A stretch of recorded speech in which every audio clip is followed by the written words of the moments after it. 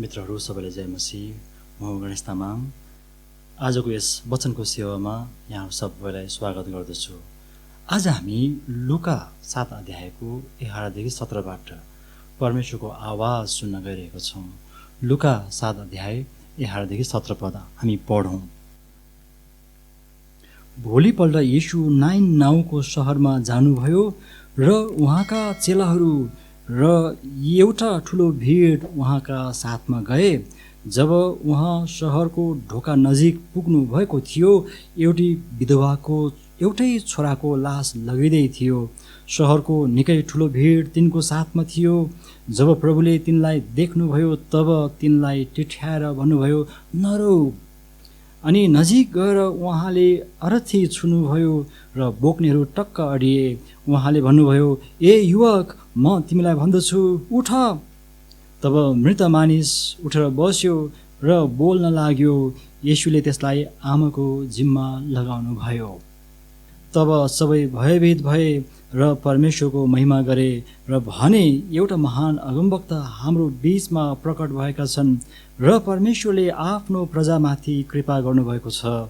उहाँको विषयको यो चर्चा सारा यहुदिया र छेउछाउका समस्त जिल्लाहरूमा फिँजियो। प्रभुले यो वचन पढाइमा हामी सबैलाई आशिष दिउन्। बहादुरी र लडाइँको कथाले भरिएका फिल्महरूमा हिरोले गुण्डालाई धुरो पिठो पार्छ अनि मर्ने लागेको मानिसलाई कुनै न कुनै उपाय निकालेर कतै न कतैबाट आएर जसरी पनि बचाउन सफल हुन्छ। अरूले गर्न नसक्ने काम हिरोले गरेर देखाउँछ। यो त भयो काल्पनिक फिल्मको कुरो। तर गहिरेर हेर्ने हो भने लुका 7 अध्यायको 11 देखि 17मा वास्तविक र दमदार बहादुरीको घटना छ।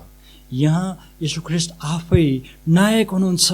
अर्कोतिर खलनायक भन्न सुहाउने र शक्ति पनि छ, त्यो मृत्यु, जुन चाहिँ मानिसमाथि प्रहार गर्ने शैतानको हतियार हो।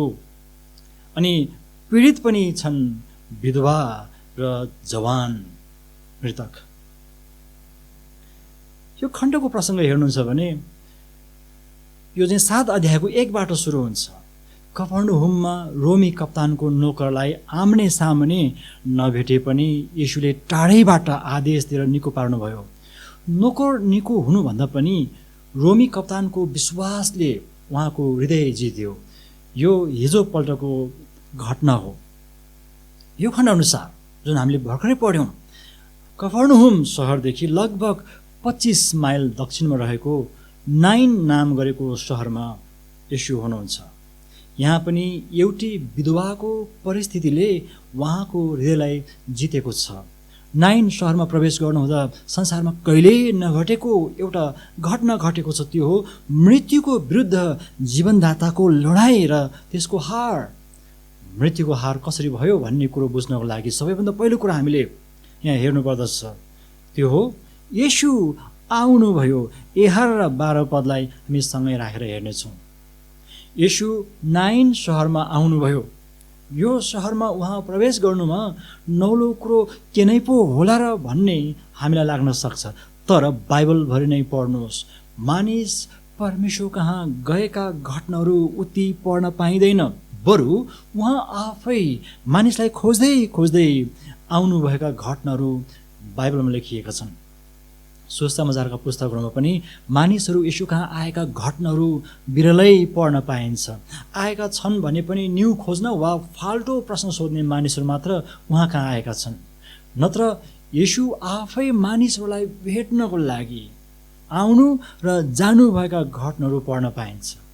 यसकारण हामीले येशू आउनुभयो वा जानुभयो भन्ने शब्द वा वाक्यलाई निकै ध्यान दिनुपर्दछ। कुनै ठाउँमा उहाँ जानुहुँदा वा आउनुहुँदा घटेका घटनाहरू अचानक घटेको जस्तो देखिएलान्। तर याद गर्नुहोस्, त्यहाँ पहिलेदेखि नै रचिएका विशेष उद्देश्यहरू लुकेका हुँदछन् र ती उद्देश्यहरू घटनाको अन्तमा मात्र बुझिन्छ। मानौँ हामीले यस्तो फिल्म हेर्दैछौँ वा किताब पढ्दैछौँ कि जसलाई अन्तसम्म पढिएन वा हेरेन भने बुझ्न सकिँदैन।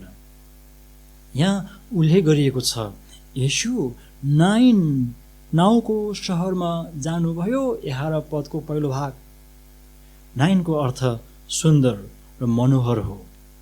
सुन्दर सहरमा उहाँ प्रवेश गर्नुहुँदा त्यहाँका मानिसहरूले उहाँलाई खोज्दै आएनन्, किनभने तिनीहरूले उहाँलाई चिन्दैनथे वा तिनीहरूलाई को आयो को गयो मतलब पनि थिएन। त्यस्तो अपरिचित सहरमा त्यहाँका बासिन्दाहरूले भेट्न मिल्ने गरी आफैलाई उपस्थित गराउनु भयो। मन्दिरमा मात्र भेट्न सकिने परमेश्वर त्यस सहरमा आफै प्रवेश गर्नुभयो, किनकि उहाँ स्वर्गदेखि संसारमा आउनुको मुख्य उद्देश्य हराएकालाई खोज्नु थियो। गोठालोको जस्तो खोजी गर्ने त्यो नजर लिएर उहाँ त्यहाँ प्रवेश गर्नुभयो। त्यो सहर कसरी हराएको थियो भन्ने कुरो तपाईँले एकछिनपछि आफै बुझ्नुहुनेछ। त्यो हराएको सहरमा येशू आफ्ना चेलाहरूसहित प्रवेश गर्नुभयो। गुरुसँग चेलाहरू हुनु अनौठो कुरो होइन, किनकि उहाँसँगै रहनको लागि तिनीहरू भर्खरै चुनिएका थिए। येशू अघि र चेलाहरू पछि लागेका थिए र साथमा कफरनहुमको आश्चर्य कर्म देखेर उहाँको पछि एउटा भिड पनि लागेको थियो। यहाँ दुईटा भिडहरू छन्। पहिलो भिड यो चाहिँ येशूलाई पछ्याउने भिड, तिनीहरूलाई उहाँले नै डोराउनु भएको थियो र डोराउँदै हुनुहुन्थ्यो। दोस्रो भिड पनि छ, यो चाहिँ लासलाई पछ्याउने भिड। अगाडि लास छ, पछाडि चाहिँ मलामीहरू छन्। लासको पछाडि भिड लाग्नु स्वाभाविक नै थियो, किनभने यहुदीहरूको चलन अनुसार लास लाँदै गरेको देखिएछ भने नचिने पनि केही परसम्म सँगसँगै हिँडिदिन्थे। यसरी हिँडिदिनु भनेको साँचो धार्मिक कार्य सम्झन्थे। अनि थोरै समयको लागि मात्र भए पनि बाटोमा हिँड्नेहरूले मलामी हुन चाहेमा तिनीहरूलाई मौका दिइन्थ्यो। भनेपछि यहाँको भिड थोरै समयको लागि लागेका मलामीहरू थिए। त्यसो त बिलौन गर्नको लागि मानिसलाई भाडामा ल्याउने चलन पनि थियो। यहाँ यस्तो विपरीत अवस्था छ। एउटा भिडको अगुवाई येशूले गर्नुभएको थियो भने अर्को भिडलाई लास वा लास बोक्नेहरूले। भिडलाई विश्लेषण गर्ने हो भने जहिले पनि बाधा दिने एउटा शक्तिको रूपमा लिन सकिन्छ। कति पटक त तिनीहरूले मानिसहरूलाई येशू कहाँ आउन समेत बाधा दिएका छन्। भिडमा कसैको वास्ता हुँदैन, आफ्नो स्वार्थको लागि हिँडिरहेका हुँदछन्। भिडमा भएका मानिसमध्ये कति चाहिँ उहाँद्वारा गरिएका आश्चर्य कर्मलाई रमाइलो मानेर हेर्नको लागि आएका थिए, ती चाहिँ रमितेहरू थिए। कति चाहिँ उहाँले बनाउनु भएको रोटी खान पाउने आशामा पछ्याएको थिए। यहाँ होइन, विशेष गरी यूहन्ना 6 अध्यायको सन्दर्भमा यो कुरो लागू हुन्छ। अनि यहुदी धर्मगुरुहरू चाहिँ उहाँको कुनै गल्ती भेट्टाउने आशामा सेवा गर्न आएका थिए। भिडमा कतिले समर्थन गर्थे त कतिले चाहिँ विरोध गर्दथे।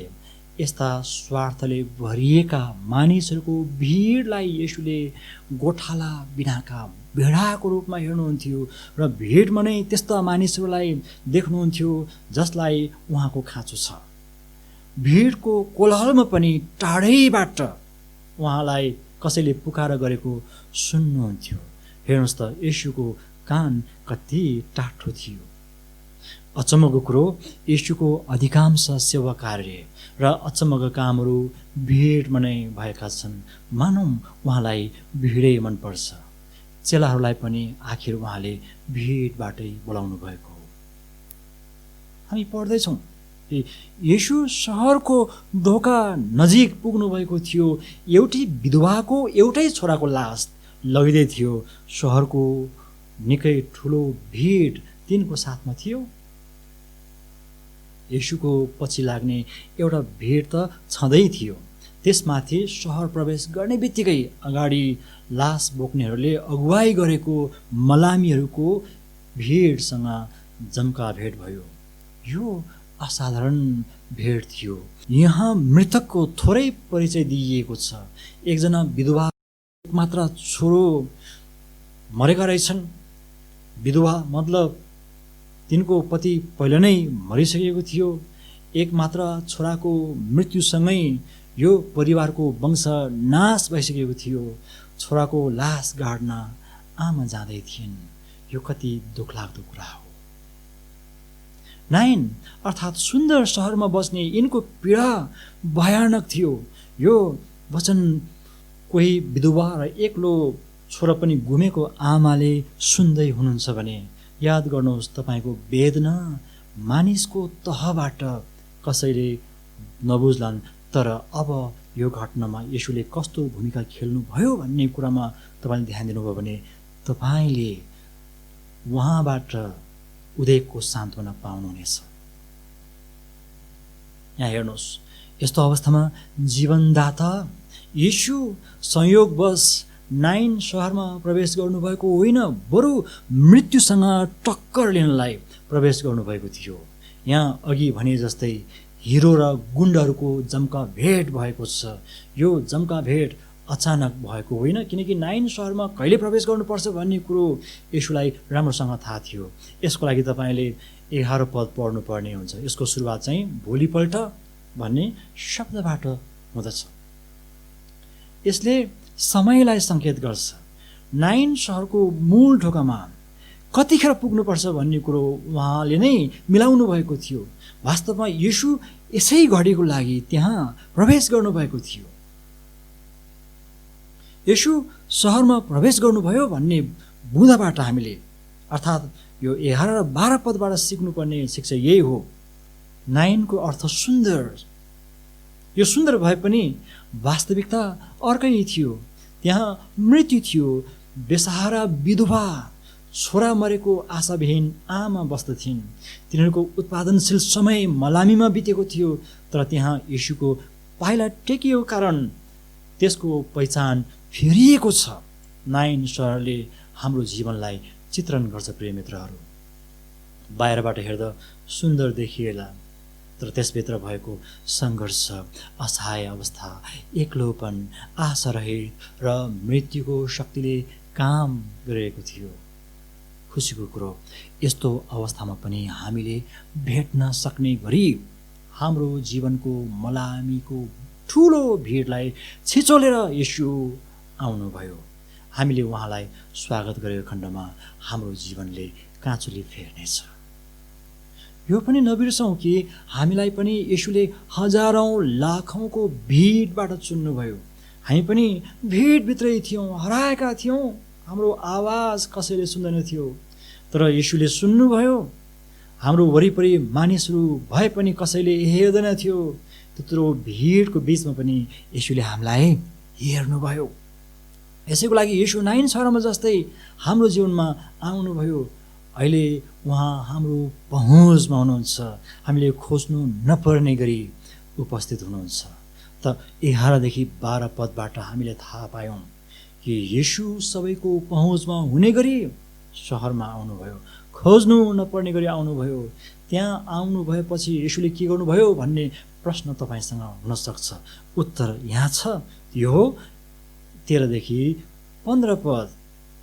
अब हामीले हेर्नुपर्ने चाहिँ मृत्युमाथि येशूको हस्तक्षेप।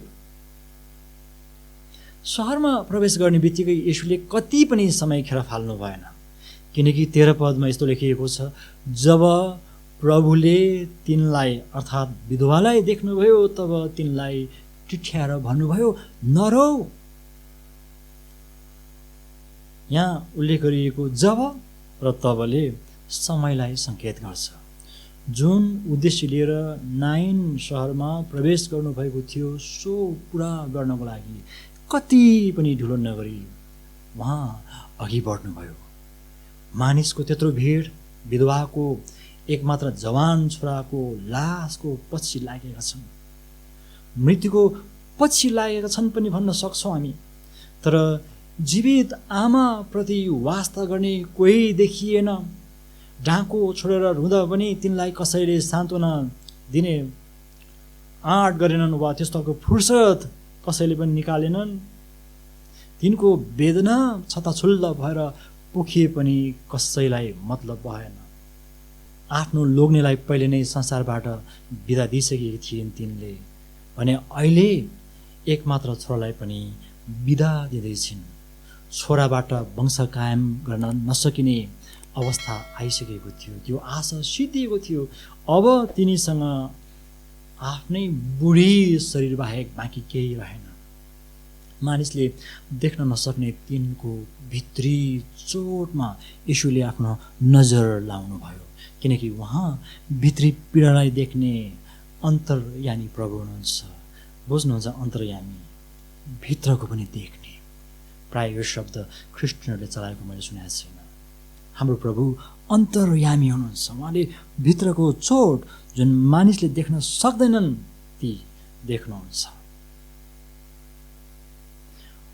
अघिसम्म लुकाले येशू भनेर चर्चा गर्दै थिए, तर 13 पद हेर्नुहोस् तपाईँले, त्यहाँ उहाँलाई प्रभु भनेर चिनाएका छन्। यस्तो लेखिएको छ, जब प्रभुले तिनलाई अर्थात् विधवालाई देख्नुभयो, त्यति ठुलो भिडले तिनलाई नदेखि पनि येशूले देख्नुभयो।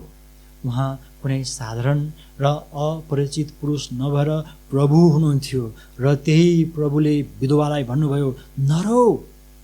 यो सान्त्वनाको सानो शब्द थिएन।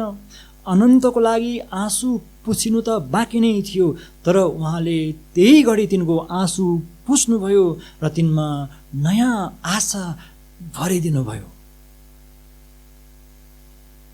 हाम्रो चर्चको गाडी चलाउने ड्राइभर भाइको परिवार मण्डली भवनमै बस्छ। लगभग 3 वर्षको बडो जोसिलो र माया लाग्दो छोरा छ। सबै कुरामा जोसिलो। ऊ रुन पनि जोसिलो। ऊ रुँदा यहाँ हात नै थर्किन्छ। एक दिन वाँ गरेर रुँदै गरेको म सुन्दै थिएँ।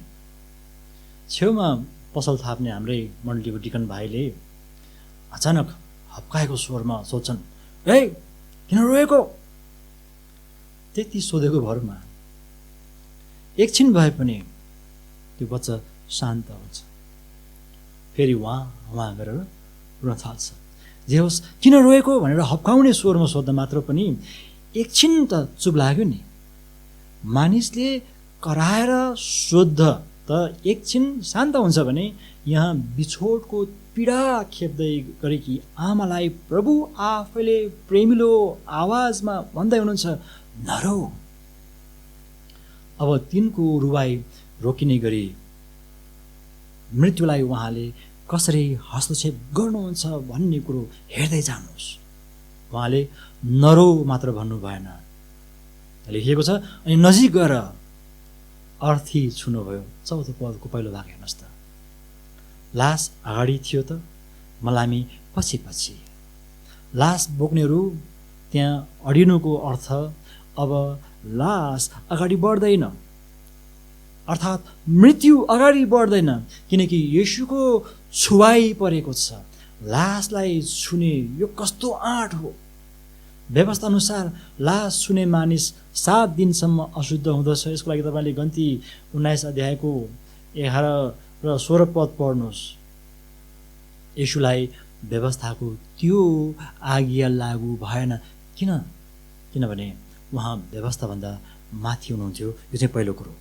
दोस्रो, उहाँ व्यवस्थालाई पुरा गर्न आउनुभएको हो।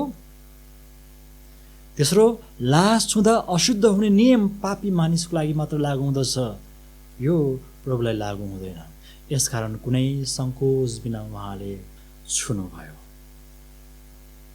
ख्रीष्ट येशूले विधवा, टुहुरा, गरिब र परदेशीमाथि दया गर्नुपर्ने व्यवस्थाको आज्ञा उहाँ आफैले पुरा गरेर देखाउनुभयो।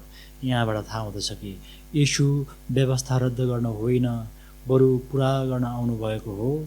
हामी पढ्दछौँ भजन सङ्ग्रह 68को 5मा, परमेश्वर आफ्ना वासस्थानमा अनाथका पिता र विधवाहरूका रक्षक हुनुहुन्छ। येशू को हुनुहुन्छ भन्ने कुरो अब हामीलाई थाहा हुँदैछ। लेखिएको छ, लास बोक्नेहरू टक्क अडिए। 14 पदको दोस्रो भाग हेर्नुहोस्। किनकि येशूको छुवाईले तिनीहरूलाई केही न केही सङ्केत मिलेको थियो, सायद रोक्ने सङ्केत पनि मिलेको थियो। कसैले लासको अर्थी छोएर बहादुरी देखाएको महसुस पनि ती लास बोक्नेहरूले गरेको हुनुपर्दछ, किनकि त्यो भिडमा त्यसरी छुने आँट कसैले पनि गर्न सक्दैन थियो। त्यो छुवाईमा तागत थियो। त्यो छुवाई मृत्युमाथि यीशुको प्रहार थियो, लासमाथि जीवनको तरङ्ग बगेको थियो, त्यो जीवनदाताको छुवाई थियो। सुसमाचारका अरू पुस्तकहरूमा यीशुले छुनुहुँदा के कस्ता घटनाहरू घटे भन्ने कुरालाई बुझ्नको लागि तपाईँले तुलनात्मक अध्ययन गर्नुहोस्। यीशुले छुनु मात्रै भएन, बोली पनि प्रयोग गरेर भन्नुभयो, ए युवक, म तिमीलाई भन्दछु उठ।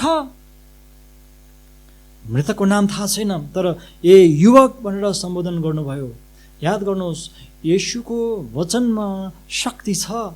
हिब्रू 11:3 लेखिएको छ, सारा विश्व परमेश्वरको वचनद्वारा सृष्टि भयो। जो दृश्य छ त्यो अदृश्य कुराबाट बन्यो। उत्पत्तिको पुस्तक हेर्नुहोस्, वचन बोलेर उहाँले यस्तो होस् भन्नुभयो, त्यस्तै भइहाल्छ। यहाँ पनि येशूले वचन बोल्नु भएको छ। अब त्यहाँ नयाँ सृष्टि हुनै पर्छ। साँच्चै भएको छ। के हो त्यो नयाँ सृष्टि? लास जीवित भयो। यो पद पढ्दै गर्दा मलाई लाजरसको याद आयो। येशूले उनलाई भन्नुभएको थियो, लाजरस बाहिर निस्किआऊ। यूहन्ना 11:43। यस घटनामा पनि मरेको त्यस युवकलाई उठ भन्नुभयो। लाग्दछ कि उनी मरेको नभएर सुतेका थिए, बिउजाउनु मात्रै परेको थियो। येशू पुनरुत्थान र जीवन हुनुहुन्छ भन्ने कुरो घोषणा यहाँ नगरिए पनि कामबाट प्रष्ट भएको छ कि उहाँ पुनरुत्थान र जीवन हुनुहुन्छ। संसारमा अरू कसैले गर्न नसकेको काम येशूले नाइन सहरमा गरेर देखाउनु भयो। तपाईँले पहिलो राजा 17 अध्यायमा पढ्नुभयो भने एलियाले एउटी विधवाको छोरालाई मृतकबाट उठाएको घटना भेट्नुहुन्छ र उनकै चेला एलिसाले पनि बालकलाई मृतकबाट जीवित पारेका थिए। यो कुरा तपाईँले दोस्रो राजा 4 अध्यायमा पढ्न पाउनुहुन्छ। येशू यी अगमवक्तहरूभन्दा पनि महान हुनुहुन्छ। यस विषयमा एकछिनपछि हामी हेरौँला। सम्भव छ एलिया र एलिसा पछि इस्रायलमा यस्तो घटना घटेको थिएन, तर नाइन सहरमा यो दोहोरियो। हामी 15 पदमा पढ्दछौँ, तब मृत मानिस उठेर बस्यो र बोल्न लाग्यो। येशूले त्यसलाई आमाको जिम्मा लगाउनुभयो। जवान मानिस अहिले नयाँ सृष्टि भएको छ। एक पटक ऊ मरेको थियो, अब जीवित भएको छ। हराएको थियो, भेटाइएको छ। यो उडन्त पुत्र घर फर्केर आउँदाखेरि बुवाले व्यक्त गरेको आफ्नो त्यो प्रेमको शब्द यही हो। यहाँ पनि त्यस्तै भएको छ। अब यो 15 पदलाई हामीले यसरी सरल पारेर पढ्नु पर्ने हुन्छ सायद। मृतक छोरा उठ्यो, सबैले देख्ने गरी उठ्यो। त्यसपछि तिनीकै सामुन्ने बस्यो, त्यसपछि बोल्यो, अनि आमाको जिम्मा येशूले लगाइदिनु भयो। यहाँ पुष्टि भइसकेको छ कि येशू जीवनदाता हुनुहुन्छ। जीवनलाई निरन्तरता दिनुभयो उहाँले। त्यो विधवाको परिवारमा वंश नाश हुन पाएन, किनकि येशूको उद्धारलाई तिनले थाहा गरिन्। मृत्युमाथि उहाँको अधिकार सबैको अगाडि छर्लङ्ग भइसकेको छ। त्यो युवकको लास चिहानमा पुग्न अघि नै येशूले हस्तक्षेप गर्नुभयो। किन अन्तिम घडीमा यस्तो काम गर्नुभयो? हामीलाई लाग्न सक्छ, मर्नुभन्दा अगाडि नै किन बचाउनु भएन? हामीलाई लाग्दछ कि परमेश्वरले जहिले पनि अन्तिम घडीमा मात्रै काम गर्नुहुन्छ, तर त्यो सही होइन। बरु हामीले यो बुझेको उहाँ चाहनुहुन्छ कि जब हाम्रो समय सकिन्छ तब उहाँको समय सुरु हुन्छ। त्यो न छिटो न त ढिलो नै हुन्छ। लाजरसको कुरा गर्ने हो भने 4 दिन भइसकेको थियो, तर पनि पुनर्जीवित पार्नुभयो।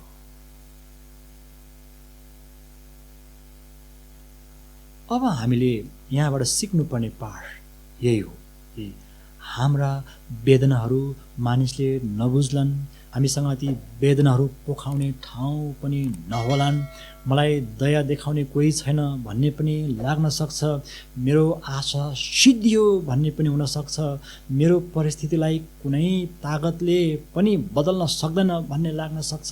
यस्तो बेला प्रार्थना गरेर कसैसँग गुहार माग्ने त्यो बुद्धि पनि नआउला, वेदना खप्न नसकेर रुँदा रुँदा थाक्ला, आँसु पनि सुक्ला, नरो भन्ने मानिस समेत नपाइएला। तर नबिर्सनुहोस् कि येशू मृत्युमाथि हस्तक्षेप गर्नको लागि आइसक्नु भएको छ, तपाईँको छेउमा उभिरहनु भएको छ। हेर्नुहोस् र उहाँलाई स्वीकार गर्नुहोस्। अनि तपाईँलाई लाग्न सक्छ कि येशूको ध्यान खिच्नको लागि मसँग औकात छैन। हो, हामीसँग औकात छैन। हाम्रा औकातहरू चलाएर उहाँको मन जित्न सम्भव छैन। त यस्तो बेला यो बिर्सनु हुँदैन कि उहाँ तपाईँप्रति त्यत्तिकै पनि दयाले पूर्ण हुनुहुन्छ, जो मानिसले दिन नसक्ने अन्तिम गुहार भएर हाम्रो बीचमा उहाँले आफ्नो उपस्थिति दिनुहुन्छ। केवल हृदय खोल्नुहोस्। नाइन सहरमा मृत्युलाई यीशुले वशमा लिनु भए जस्तै हाम्रै जीवनमा पनि उहाँले मृत्युलाई वशमा लिनुभएको छ। यसकारण हामी उहाँसँगै भन्न सक्छौँ, हे मृत्यु तेरो विजय कहाँ, हे मृत्यु तेरो खिल कहाँ। पहिलो कोरिन्थी 15:55। जीवनदाता यीशुले नाइन सहरमा मृत्युमाथि गर्नुभएको हस्तक्षेपले ल्याएको प्रभाव परमेश्वरको महिमा हो। 16 र 17 पदलाई हामी एकछिन ध्यान दिनेछौँ। यीशुको उपस्थितिले नाइन सहरमा परमेश्वरको उपस्थितिलाई उतारेको छ। यो सहर साँच्चै नाइन अर्थात् सुन्दरमा परिणत भएको छ, किनकि येशूले मृत्युमाथि हस्तक्षेप गर्नुभयो। मृतक जीवित भएको घटनाको प्रभाव नाइनको वरपर मात्र होइन, म त भन्छु स्वर्गसम्मै पुगेको छ। पुत्रले पितालाई त्यो सहरमा चिनाउनु भयो, किनकि उहाँ यसैको लागि नै संसारमा पठाइनु भएको हो। मानिसहरूले साँचो परमेश्वरको उपस्थिति येशूमा देख्ने मौका पाए, जसकारण सबैभन्दा पहिला यी सबै काम देखेर मानिसहरू भयभीत भए।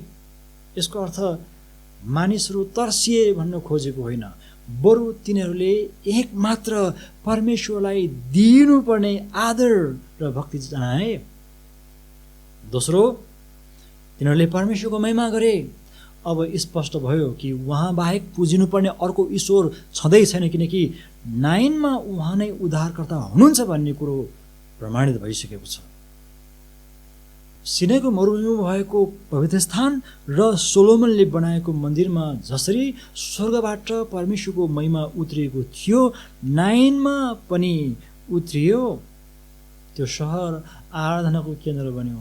अझ महत्त्वपूर्ण कुरो त यो हो कि मृत्यु जस्तो नकारात्मक घटनाबाट समेत परमेश्वरले आफूलाई उच्च पार्नुभयो। त्यहाँ लेखिएको छ, तिनीहरूले घोषणा गरेर भने, एकजना महान अगमवक्ता हाम्रो बीचमा प्रकट भएका छन् र परमेश्वरले आफ्नो प्रजामाथि कृपा गर्नुभएको छ। इस्रायल एउटा महान अगमवक्ताको पर्खाइमा थियो, किनभने परमेश्वरले मोशासँग एउटा महान अगमवक्ताको विषयमा यसो भन्नुभएको थियो। हामी व्यवस्था 18:18 पढौँ। व्यवस्था 18:18 यस्तो लेखिएको छ, तिनीहरूका निम्ति तिनीहरूका दाजुभाइ मध्येबाट त जस्तै म एउटा अगमवक्ता खडा गर्नेछु। म मेरो वचन तिनको मुखमा हालिदिनेछु र मैले आज्ञा गरेका सबै कुरा तिनीहरूलाई भन्ने छन्। परमेश्वरले मोशासँग गर्नुभएको एउटा प्रतिज्ञा हो।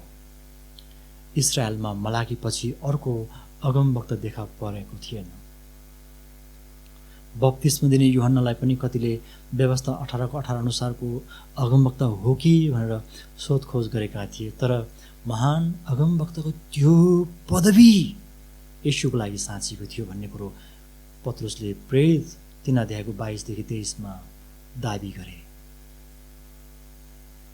मूसाको पालामा गरिएको भविष्यवाणी वा यो प्रतिज्ञा नाइन सहरमा यो घटनाबाट पुरा भएको छ। तपाईँले अझै पढ्न सक्नुहुन्छ लुका 24 अध्यायको 44 पद।